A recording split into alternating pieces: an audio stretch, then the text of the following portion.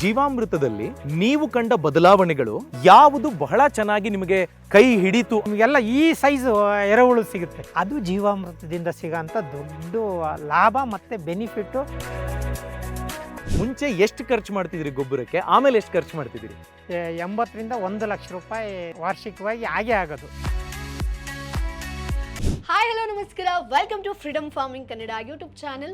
ನಾನು ಚೈತ್ರ. ಸ್ನೇಹಿತರೆ, ಕೃಷಿಯಲ್ಲಿ ಇಳುವರಿ ಚೆನ್ನಾಗಿ ಬರಲಿ, ಜಾಸ್ತಿ ಬರಲಿ ಅಂತ ಹೇಳಿ ನಾವು ರಾಸಾಯನಿಕ ಗೊಬ್ಬರಗಳ ಮೊರೆ ಹೋಗ್ತೀವಿ. ಇದರಿಂದ ಭೂಮಿಯ ಫಲವತ್ತತೆಯನ್ನ ನಾಶ ಮಾಡ್ತೀವಿ. ಮೊದಲಿಗೆ ರಾಸಾಯನಿಕ ಗೊಬ್ಬರಗಳನ್ನ ಹಾಕೋದ್ರಿಂದ ಇಳುವರಿ ಏನೋ ಚೆನ್ನಾಗಿ ಬರುತ್ತೆ, ಆದ್ರೆ ಭೂಮಿಯ ಫಲವತ್ತತೆ ನಾಶ ಆಗ್ತಾ ಬರುತ್ತೆ, ಜೊತೆಗೆ ಬೆಳೆ ಕೂಡ ನಾಶ ಆಗುತ್ತೆ.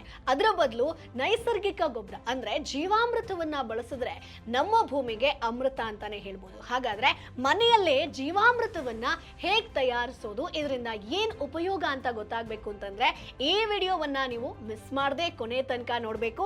ಕೃಷಿ ಪಂಡಿತ ಗಣೇಶ್ ಅವರು ಇವತ್ತು ನಿಮ್ಗೆ ಸಾಕಷ್ಟು ಮಾಹಿತಿಯನ್ನ ತಿಳಿಸ್ಕೊಡ್ತಾರೆ. ಜೀವಾಮೃತವನ್ನ ಮನೆಯಲ್ಲೇ ಹೇಗ್ ತಯಾರಿಸಬೇಕು, ಇದರಿಂದ ಏನೇನ್ ಉಪಯೋಗ, ಬೆಳೆಗಳಿಗೆ ಎಷ್ಟು ಹಾಕಬೇಕು ಅನ್ನೋದ್ರ ಬಗ್ಗೆ ಮಾಹಿತಿ ಇಲ್ಲಿ ನಿಮ್ಗೆ ಸಿಗುತ್ತೆ. ಜೀವಾಮೃತದಿಂದ ನೀವು ಕಂಡ ಲಾಭಗಳು ಏನು? ಇವತ್ತು ನಾನು ಲಾಭ ಪಡಿತಾ ಇದ್ದೀನಿ ಅಂತಂದರೆ ಅದು ಜೀವಾಮೃತ ಬಿಟ್ಟರೆ ಬೇರೆ ಏನೂ ಅಲ್ಲ. ಓಕೆ. ಅದಕ್ಕೆ ಯಾವುದೇ ಬೆಳೆಗಳು ಬಳಸ್ಬೋದು. ಇದೇನು ಇಂಥ ಬೆಳೆಗೆ ಹಾಕಬೇಕು, ಇಂಥ ಬೆಳೆಗೆ ಬೇಡ ಅಂತ ಇಲ್ಲ. ಮತ್ತು ನಾವು ಇದನ್ನೇನು ಸ್ಪ್ರೇ ಮುಖಾಂತರನೂ ಕೊಡ್ಬೋದು. 10 ಲೀಟ್ರಿಗೆ 1 ಲೀಟ್ರ್ ನಾವು ಏನು ಜೀವಾಮೃತನ ಹಾಕ್ಬಿಟ್ಟು ಸ್ಪ್ರೇ ಮಾಡಿದ್ರೆ ಅದರ ಈಗ ಕುಡಿಗಳು ತುಂಬ ಉತ್ಕೃಷ್ಟವಾಗಿ ಬರುತ್ತೆ.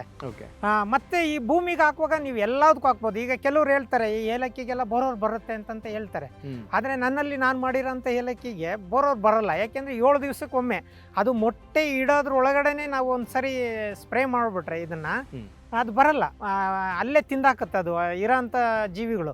ಅಥವಾ ಹಂಗೂ ಏನಾದ್ರು ಇದಾಯಿತು ಅಂದರೆ ಮಧ್ಯದಲ್ಲಿ ಒಮ್ಮೆ ಹುಳಿ ಮಜ್ಜಿಗೆನೋ ಅಥವಾ ಗಂಜಲನ್ನೇ 1:10 ನಾವು ಸ್ಪ್ರೇ ಮಾಡಿಬಿಟ್ರೆ ಯಾವುದೇ ಕೀಟಗಳು ಬರಲ್ಲ. ನಾವೇನು ಆಚೆ ಕಡೆನೂ ಹೋಗ್ಬೇಕಾಗಿಲ್ಲ ಅದನ್ನೆಲ್ಲ ಮಾಡ್ಕೊಳ್ಳೋಕ್ಕೆ. ಯಾವುದೇ ನೀವು ಬೆಳೆ ಹಾಕಿದ್ರೂ ಖಂಡಿತ ಮಾಡ್ಬೋದು. ಏನು ತರಕಾರಿ ಬೆಳೆಗಳು ಹಾಕಿದಾಗ ಒಂದು ಸ್ವಲ್ಪ 7 ದಿವಸಕ್ಕೆ ಕೊಟ್ಟರೆ ಬೇಗ ಫಲಿತಾಂಶ ಬರುತ್ತೆ, ಯಾಕೆಂದ್ರೆ ಅದು ಶಾರ್ಟ್ ಲೈಫ್ ಇರುತ್ತೆ, ಹಂಗಾಗಿ ಬೇಗ ಬರುತ್ತೆ. ಓಕೆ. ನೀವು ಇವಾಗ ಹೇಳಿದ್ರಿ ಆಗಲೇ ನೈಟ್ರೋಜನ್ ವಿಚಾರವಾಗಿ ಗಿಡಗಳು ಹೇಗೆ ಕೆಲಸ ಮಾಡ್ತವೆ, ದ್ವಿದಳ ಧಾನ್ಯಗಳನ್ನು ಹಾಕೊಳ್ಬೇಕು ಅಂತ ಒಂದು ಹೇಳಿದ್ರಿ. ಮತ್ತೆ ಈಗ ಮೊಟ್ಟೆ ಇಟ್ಟಿರ್ತವೆ, ಆ ಮೊಟ್ಟೆಗಳನ್ನ ಈ ಕ್ರಿಮಿಗಳು ನಾಶ ಮಾಡ್ತವೆ, ಹೀಗೆ ಲಾಭ ತಂದು ಕೊಡುತ್ತೆ ಅಂತ. ಈ ಥರದ ಇತರ ಯಾವುದಾದ್ರೂ ಲಾಭಗಳಿದ್ದಾವ ಜೀವಾಮೃತದಿಂದ? ಜೀವಾಮೃತದಿಂದ ಅಂದ್ರೆ ನಾವು ಯಾವುದು ಖರ್ಚು ಮಾಡ್ದಂಗೆ ಮಾಡ್ತೀವಲ್ಲ ಅದೇ ದೊಡ್ಡ ಲಾಭ ಅಂತ ಹೇಳ್ಬೇಕು. ಇಂಪಾರ್ಟೆಂಟ್ ಅಂದ್ರೆ ನಾವು ಖರ್ಚಿಲ್ದೆ ಒಂದು ಬೆಳೆನ ತೆಗಿತಾ ಇದ್ದೀವಿ ಅಂದ್ರೆ ನಮ್ಮ ಎಫರ್ಟ್ ಒಂದು ಬಿಟ್ಟರೆ ಅಲ್ಲಿ ಇನ್ನೇನು ಕೇಳಲ್ಲ.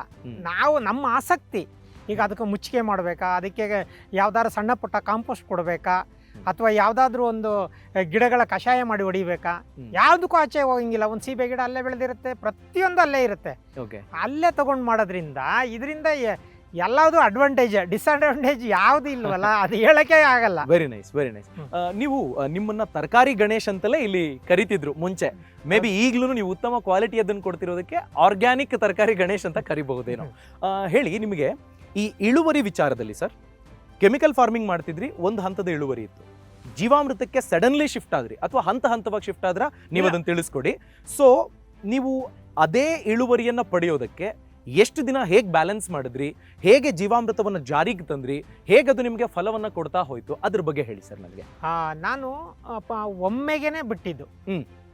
ಎಲ್ಲರೂ ನಾನು ಪ್ರಾರಂಭದಲ್ಲಿ ಬಿಟ್ಟಾಗ ನಮ್ಮ ಊರಿನ ಜನ ಅಂದ್ಕೊಂಡ್ರು ಇವನು ಸಿಟಿಯಿಂದ ಬಂದಿದ್ದ ಮತ್ತು ಇವನು ಸಿಟಿಗೆ ಹೊರಟೋಯ್ತಾನೆ, ಯಾಕೆಂದ್ರೆ ಇವನ್ಗೆ ಎಲ್ಲ ಸೊಪ್ಪು ಸೆದೆ ಎಲ್ಲನೂ ಹಾಕೊಂಡು ಇವ್ನು ಮಾಡೋನು, ಇವನೆಲ್ಲಿರ್ತಾನೆ, ಇವನ್ ಮರಗಳನ್ನೆಲ್ಲ ಕೊಡ್ಲಿ ತಗೊಂಡು ಕಡಿಬೇಕಾಗತ್ತೆ, ಹಾಳಾಗುತ್ತೆ, ಇವನೇನು ಉಳುಮೆ ಮಾಡಲ್ಲ, ಏನೇನೋ ಅವರು ಹೇಳಿದ್ರು. ಅದನ್ನೆಲ್ಲ ನಾನು ಕರೆಕ್ಟ್ ಇವರು ಗೈಡ್ ನನಗೆ ಅಂತ ಅದನ್ನ ಚಾಲೆಂಜ್ ಆಗಿ ತಗೊಂಡು ಮನೆ ಮುಂದೆ ಇರಬೇಕು ಅಂತ, ಹೊಗಳೋರು ಊರಾಚೆ ಇರಬೇಕು ಅಂತ. ಹೌದು, ಅದನ್ನ ನಾನು ಚಾಲೆಂಜ್ ಆಗಿ ತಗೊಂಡೆ ಅವತ್ತು. ಇರ್ಲಿ ಅನ್ಲಿ, ಅದನ್ನ ಮಾಡೋದಾಗಾರು ನನ್ನ ಹತ್ರ ಬರ್ತಾರೆ ಇವರು. ಅದು ಯಾವಾಗ ನಾವು ಸಕ್ಸಸ್ಸಿವ್ ಆಯ್ತೀವಿ ಅವಾಗ ಬರ್ತಾರೆ ಅಂತ ಗೊತ್ತಿತ್ತು. ಆವಾಗ ಏನ್ ಮಾಡಿದೆ, ಪ್ರಾರಂಭದಲ್ಲಿ ಇಳುವರಿ ಕಮ್ಮಿ ಆಯ್ತು, ಏನು 1-2 ಅಥವಾ 3 ವರ್ಷದೊಳಗಡೆ ನಾನು ನನ್ನ ಟ್ರ್ಯಾಕಿಗೆ ಬಂದಾಯ್ತು. ಎಷ್ಟು ಮಟ್ಟಿಗೆ ಇಳುವರಿ ಕಡಿಮೆ ಆಗುತ್ತೆ ಸರ್? ಈಗ ನಾನು ಒಂದು 10 ಟನ್ ಬೆಳಿತಿರ್ತೀನಿ ಅಂತಂದ್ರೆ ಎಷ್ಟು ಮಟ್ಟಿಗೆ ವ್ಯತ್ಯಾಸ ಆಗಬಹುದು? ನನಗಾಗಿದ್ದು ಒಂದು 5 ಟನ್ ವ್ಯತ್ಯಾಸ ಆಯ್ತು, ಆಲ್ಮೋಸ್ಟ್ ಅರ್ಧಕ್ಕರ್ಧ ಕಡಿಮೆ ಆಗುತ್ತೆ. ನಾನು ಅಲ್ಲಿ ಗದ್ದೆನಲ್ಲಿ ಫಸ್ಟ್ ಪ್ರಾರಂಭ ಮಾಡಿದ್ದಲ್ಲ ಅದು, ಅಲ್ಲಿ ಒಂದು 10ರಿಂದ 12 ಚೀಲ ಭತ್ತ ಬೆಳೀತಾ ಇದ್ದೆ. ನಾನು ಫಸ್ಟ್ ಮಾಡಿದಾಗ ಬರೀ ನನಗೆ ಸಿಕ್ಕಿದ್ದು 5 ಚೀಲ. ಚೀಲ ಸಿಕ್ತು. ಸರಿ ಸರಿ. ಅಂದ್ರೆ ಊಟದಲ್ಲಿ ಹ್ಮ್. ಅಷ್ಟು ಇದಾಯ್ತದು, ಟೈಮ್ ಮುಂದಕ್ಕೆ ಹೋಯ್ತು. ಅದನ್ನ ಎಷ್ಟು ತಿಂದ್ರು ಅದು ಹೊಟ್ಟೆ ಹಸ್ವಾಗೋದು ಮತ್ತೆ ಇನ್ನೊಂದಾಗೋದು ಗಾರ್ ಬರೋದು. ಹೌದು. ಇದೇನಿಲ್ಲ, ತಿಂದ್ರೆ ಒಳ್ಳೆ ಗುಂಡು ಬಿದ್ದಂಗೆ ಬಿದ್ದಿರೋದು. ಅದು ನಮ್ಗೆ ಚೆನ್ನಾಗಿ ಕೆಲಸ ಅಲ್ಲಿದಲ್ಲೇ ಇದೆ. ಓಕೆ. ಸೊ ಅಲ್ಲಿಗೆ ಮೊದಲ 3 ವರ್ಷನೂ ಅರ್ಧನೇ ಬರುತ್ತಾ?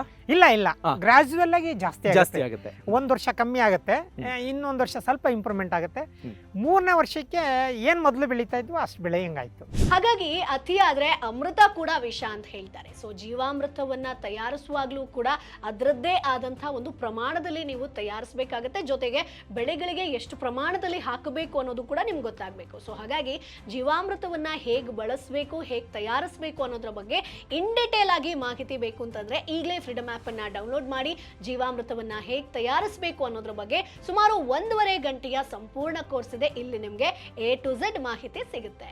ಅದು ಒಂದು ಸ್ಯಾಚುರೇಷನ್ ಬಂದ್ಬಿಡುತ್ತಾ? ಅಂದ್ರೆ ಒಂದು ಅಂದಾಜು ಅಲ್ಲಿಗೆ ನಿಲ್ಲುತ್ತಾ ಎಕರೆಗೆ ಇಷ್ಟು ಅಂತ, ಅಥವಾ ಜಾಸ್ತಿ ಆಗ್ತಾ ಹೋಗುತ್ತಾ? ಅದು ಏನು ಅಂತಂದ್ರೆ ಈಗ ನಮ್ದು ಏನು ಪ್ರದೇಶ ಇರುತ್ತಲ್ಲ, ಆ ಪ್ರದೇಶಕ್ಕೆ ಎಷ್ಟು ಬೆಳಿಬೇಕೋ ಅಷ್ಟೇ ಇರುತ್ತೆ. ಜಾಸ್ತಿ ಆಗಕ್ಕೆ ಸಾಧ್ಯತೆ ಆಗಲ್ಲ. ಸರಿ ಸರಿ ಸರಿ. ಅದು ಏನು ಮ್ಯಾಕ್ಸಿಮಮ್ ಈಗ ಒಂದು ಗೊನೆಯಲ್ಲಿ ಇದು ರಾಸಾಯನಿಕ ಬೆಳೆಯುವಾಗ ಅಥವಾ ಒಂದು ಕಾಳು 150 ಇರ್ಬೋದು, ಇದು 200 ಗಂಟೆ ಬರ್ಬೋದು. ಸರಿ.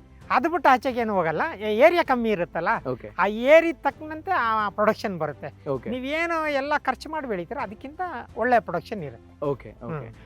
ಸರ್, ಜೀವಾಮೃತದಲ್ಲಿ ನೀವು ಕಂಡ ಬದಲಾವಣೆಗಳು ನಿಮಗೆ ಈಗ ಬೇರೆ ಕಡೆಯಿಂದ ಕಲ್ತಿರ್ತೀರಿ ಅಥವಾ ನೀವೇ ಕೆಲ ಎಕ್ಸ್ಪೆರಿಮೆಂಟ್ಗಳನ್ನು ಮಾಡಿರ್ತೀರಿ, ಯಾವುದು ಬಹಳ ಚೆನ್ನಾಗಿ ನಿಮಗೆ ಕೈ ಹಿಡಿತು ಅಂತ ನಿಮಗೆ ಅನಿಸುತ್ತೆ, ಅಥವಾ ನೀವೇ ಕಲ್ತು ಸ್ವಲ್ಪ ಇಂಪ್ರೂವ್ಮೆಂಟ್ ಮಾಡ್ಕೊಂಡಿದ್ದೇನಾದ್ರೂ ಇದೆಯಾ ಅದರಲ್ಲಿ? ಜೀವಾಮೃತನ ಆ್ಯಕ್ಚುಲಾಗಿ ನಾನು ಎಲ್ಲೂ ಹೋಗಿ ಇದು ಮಾಡಲಿಲ್ಲ, ಬುಕ್ ರೆಫರ್ ಮಾಡೇ ನಾನು ಕಲ್ತಿದ್ದು. ಓಕೆ. ಯಾವ ಪ್ಲ್ಯಾಂಟಿಗೂ ಹೋಗಿ ಯಾರ ಹತ್ರನೂ ಕಲೀಲಿಲ್ಲ. ಏನು ನಾನೇ ಒಂದು ಮಲಗಿದಾಗ ನಿದ್ದೆ ಬರಲ್ಲ ನನಗೆ. ಆವಾಗ ನಾಳೆ ಏನು ಮಾಡಬೇಕು, ಯಾವ್ಯಾವ ರೀತಿ ಮಾಡಬೇಕು ಅನ್ನೋದು ಯೋಚನೆ ಬರ್ತಾ ಇರುತ್ತೆ ನನಗೆ. ಓಕೆ. ಹಾಗಾಗಿ ಆ ಯೋಚನೆಯಲ್ಲಿ ನಾನು ಈ ಜೀವಾಮೃತ ಕಾನ್ಸೆಪ್ಟ್ನ ಮಾಡಿಕೊಂಡು ಎಲ್ಲದಕ್ಕೂ ಅದು ಹೇಗೆ ಮಾಡಬೇಕು, ಇದಕ್ಕೆ ಹಿಂಗೆ ಬದಲಾವಣೆ ಮಾಡಿದರೆ ಹೇಗೆ ಅನ್ನೋದನ್ನ ನಾವು ಏನು ಒಂದು ಪೂರ್ತಿ ಟ್ರೈನಿಂಗೇ. ಆ ಟ್ರೈನಿಂಗಲ್ಲಿ ಮಾಡಿದಾಗ ನಮ್ಗೆಲ್ಲ ಫಲಿತಾಂಶಗಳು ಪಾಸಿಟಿವ್ ಆಗಿ ಬರ್ತದೆ. ನೀವೇ ಟ್ರಯಲ್ ಅಂಡ್ ಎರರ್ ಮಾಡ್ತಾ ಹೋದ್ರಿ? ಹೌದು, ಹಾಗೇನೆ ಮಾಡಿದ್ದು. ಓಕೆ. ಹೆಚ್ಚಿಗೆ ತೋಟ ನೋಡಿ ಅವ್ರ ಆ ತೋಟ ಇದೆ ನಾನು ಅದೇ ರೀತಿ ಮಾಡಬೇಕು ಅನ್ನೋದು ನನ್ನ ಕಾನ್ಸೆಪ್ಟ್ ಇಲ್ಲ.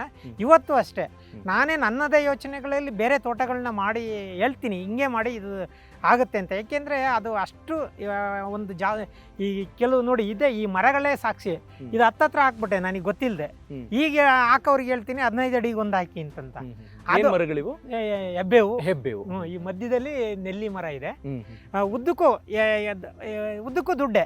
ಇದು ಎರಳಿ ಗಿಡ, ಇದು ನೆಲ್ಲಿ ಗಿಡ, ಅದು ನೆಲ್ಲಿ ಗಿಡ, ಆ ಥರ.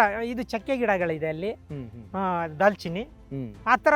ಎಲ್ಲೂ ಜಾಗ ವೇಸ್ಟ್ ಆಗಂಗಿಲ್ಲ. ಆ ಥರ ಪೂರಕವಾಗಿ ಈಗ ಉಳುಮೆ ಮಾಡಬೇಕು ಅಂದರೆ ಅವನ್ನ ಯಾವ ಮಧ್ಯದಲ್ಲಿ ನೆಡಕ್ಕಾಗಲ್ಲ. ಅದು ಜೀವಾಮೃತದಿಂದ ಸಿಗೋಂಥ ದೊಡ್ಡ ಲಾಭ ಮತ್ತು ಬೆನಿಫಿಟ್ಟು. ಎಲ್ಲರೂ ಅಳವಡಿಸ್ಕೋಬೇಕಾಗಿದ್ದು. ಈಗ ಒಂದು ಟ್ರ್ಯಾಕ್ಟರ್ ಉಳುಮೆ ಮಾಡ್ತೀವಿ ಅಂತಂದ್ರೆ ನಮಗೆಲ್ಲ ಗೊತ್ತು, ಟ್ರ್ಯಾಕ್ಟರ್ ತೂಕ ಎಷ್ಟು, ಅದು HP ಎಲ್ಲ ಸೇರ್ಕೊಂಡು 10 ಟನ್ನು ಭಾರ ಬೀಳುತ್ತೆ. ಅದು ಇನ್ನೂ ಮಣ್ಣನ್ನ ರ್ಯಾಮ್ ಮಾಡ್ತಾ ಹೋಗುತ್ತೆ, ಕೆಳಗಡೆ ಟಾರ್ ರೋಡ್ ಆದಂಗೆ ಆಗಿರುತ್ತೆ. ಕರೆಕ್ಟ್. ಅದು ಅವಾಗ ಏನಾಗುತ್ತೆ, ನೀರು ಹಿಂಗಲ್ಲ. ಈಗ ನಮ್ಮ ಜಮೀನಿನಲ್ಲಿ ಎಂಥ ಮಳೆ ಬಿದ್ರೂ 1/2 hour ಮೇಲಿರಲ್ಲ. ಯಾಕೆಂದ್ರೆ ರಂಧ್ರ ಆಗ್ಬಿಟ್ಟಿದೆ, ಎರೆಹುಳುಗಳು ಹಿಂಗೆ ಬರುತ್ತೆ ಹಿಂಗೆ ಹೋಗುತ್ತೆ, ಆ ಥರ ಆಗ್ಬಿಟ್ಟಿದೆ. ಹಾಗಾಗಿ ನಮಗೆ ಅದರ ಸಮಸ್ಯೆನೇ ಇಲ್ಲ. ಓಕೆ. ನೀವು ಈ ಜೀವಾಮೃತ ಬಳಸೋದಕ್ಕೆ ಆರಂಭ ಮಾಡಿದ್ಮೇಲೆ ಎರೆಹುಳು ಕಲ್ಚರ್ ಅನ್ನ ನೀವೇ ತಂದು ಅಭ್ಯಾಸ ಮಾಡ್ಕೊಂಡಿದ್ದ ಅಥವಾ ಹೇಗೆ? ಇಲ್ಲ ಸರ್, ಭೂಮಿಯಿಂದನೇ ಬಂದಿರೋದು. ಅದು ನ್ಯಾಚುರಲಿ ನಿಮ್ಗೆಲ್ಲ ಈ ಸೈಜು ಎರೆಹುಳು ಸಿಗುತ್ತೆ. ಏನ್ ನಾವು ಅರಶಿನ ಶುಂಠಿ ಏನಾರು ಕೀಳೋವಾಗ ಈ ಸೈಜು. ಈಗ ಕೆಲವೇ ದಿವಸದಲ್ಲಿ ಒಂದು 15 ದಿವಸದ ಹಿಂದೆ ನಮ್ಮ ಜೋರು ಮಳೆ ಇತ್ತಲ್ಲ, ಅವಾಗ ಮನೆ ಹಿಂದೆ ಡೋರ್ ಇದೆ ಆ ಕಡೆಯಿಂದ ಬರಲಿಕ್ಕೆ, ಅಲ್ಲಿ ಬಾಗಿಲು ತೆಗೆದಾಗ 4-5 ಎರೆಹುಳು ನಮ್ಮ ಮನೆಯವರು ಹಾವು ಅಂತ. ನಾನು ನೋಡಿದ್ರೆ ಅದು ಎರೆಹುಳು ಸುಮ್ಮನಿರುವಂತ ಕೈಲಿ ತೆಗೆದು ಆ ಭೂಮಿಗೆ ಹಾಕಿದೆ. ಆ ಥರ ಡೆವಲಪ್ ಇದೆ ಅದರಲ್ಲಂತೂ. ನಾನು ಕಾನ್ಫಿಡೆಂಟ್ ಆಗಿ ಹೇಳ್ತೀನಿ. ಓಕೆ ಸರ್, ನೀವು ಅನೇಕ ಎಕ್ಸ್ಪೆರಿಮೆಂಟ್ಗಳನ್ನು ಮಾಡಿದ್ದೀರಿ. ನಾವು ಮುಂದಿನ ಮಾಡ್ಯೂಲ್ಗೆ ಹೋಗೋಕೆ ಮುಂಚೆ ನಿಮ್ಮ ಯಾವ ಒಂದು ಎಕ್ಸ್ಪೆರಿಮೆಂಟ್ ನಿಮಗೆ ಬಹಳ ಬೆಲೆಯನ್ನು ತಂದು ಕೊಡ್ತದೋ, ಪ್ರಾಫಿಟ್ ತಂದು ಕೊಡ್ತಂದು ನಿಮ್ಗೆ ಅನ್ಸುತ್ತೆ? ಜೀವಾಮೃತ ಬೆಳೆನಾ ಯಾವುದೇ ಬೆಳೆ ಆಗಿರ್ಬೋದು. ಅಂದ್ರೆ ನೀವು ಜೀವಾಮೃತದಲ್ಲಿ ಮಾಡಿದ ಎಕ್ಸ್ಪೆರಿಮೆಂಟ್ ನಿಮ್ಮ ಚೆನ್ನಾಗಿ ಕೈ ಹಿಡಿತು ಅನ್ನೋ ತರದ ಯಾವ ಎಕ್ಸ್ಪೆರಿಮೆಂಟ್ ಅನ್ನ ಜನರಿಗೆ ಹೇಳೋಕೆ ಬಯಸ್ತೀರಿ? ಸರ್ ನನಗೆ ವಾರ್ಷಿಕವಾಗಿ ಅರಿಶಿನ ಮತ್ತು ಶುಂಠಿನ ಬೆಳೀತಾ ಇರ್ತೀನಿ. ಅವೆರಡು ಬೆಳೆಗಳು ತೆಂಗು ಅಡಿಕೆ ಅಲ್ಲದೆ ನಮಗಿರೋ ಅಂಥದ್ದು ಬೋನಸ್ ಬೆಳೆಗಳು. ತೆಂಗು ಅಡಿಕೆ ಬೋನಸ್ ಇದ್ದಂಗೆ ಅದೆಲ್ಲ ನಮಗೆ ಖರ್ಚಿಗಿರ್ಬೋದು ಮತ್ತೊಂದಕ್ಕಿರ್ಬೋದು ಎಲ್ಲದಕ್ಕೂ ಲಾಭ ಕೊಡುವಂಥದ್ದು ಅದು ಇದೆ ಸರ್. ಅವೆರಡು ಬೆಳೆಗಳು ಕಂಟಿನ್ಯೂಸ್ ಆಗಿ ಇಟ್ಟಿರ್ತೀನಿ. ಬೀಜ ಬೇರೆ ಕಡೆಯಿಂದ ತರಲ್ಲ, ನಮ್ದೇ ಬೀಜ ಇರುತ್ತೆ, ನಾನೇ ಕೆಲಸ ಮಾಡೋದು. ಅದಕ್ಕಾಗಿ ಲೇಬರು ತಗೊಳ್ಳಲ್ಲ. ನನಗೆ ಎಷ್ಟು ಸಾಗತ್ಯವಾಗುತ್ತೆ ಒಂದು 20 ಕುಂಟೆ 15 ಕುಂಟೆ ಅಷ್ಟನ್ನು ನಾನೇ ಮಾಡ್ತೀನಿ ಸರ್. ಅವುಗಳಿಗೂ ಉತ್ತಮ ರೀತಿಯಲ್ಲಿ ಕಾಪಾಡ್ತಿರೋ ಜೀವಾಮೃತನೇ. ಜೀವಾಮೃತನೇ. ಒಂದೊಂದು ಗೆಡ್ಡೆ 2 kg ತನಕನೂ ಅರಿಶಿನ ಬಂದಿರೋದಿದೆ. 2 kg 3 kg ತನಕನೂ ಬರುತ್ತೆ. 2003 ಮುಂಚೆ 2003 ನಂತರ ಮುಂಚೆ ಎಷ್ಟು ಖರ್ಚು ಮಾಡ್ತಿದ್ರಿ ಗೊಬ್ಬರಕ್ಕೆ, ಆಮೇಲೆ ಎಷ್ಟು ಖರ್ಚು ಮಾಡ್ತಿದ್ರಿ?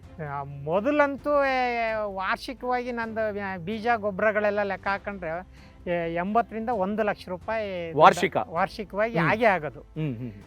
ಈಚೆ ಇಲ್ವೇ ಅಲ್ವಲ್ಲ, ಏನಂದ್ರೆ ಈಗ ಕಬ್ಬು ಬೆಳೆದಿಲ್ಲ, ಹಂಗಾಗಿ ಬೆಲ್ಲ ಒಂದು ತಂದ್ಕೋತೀವಿ.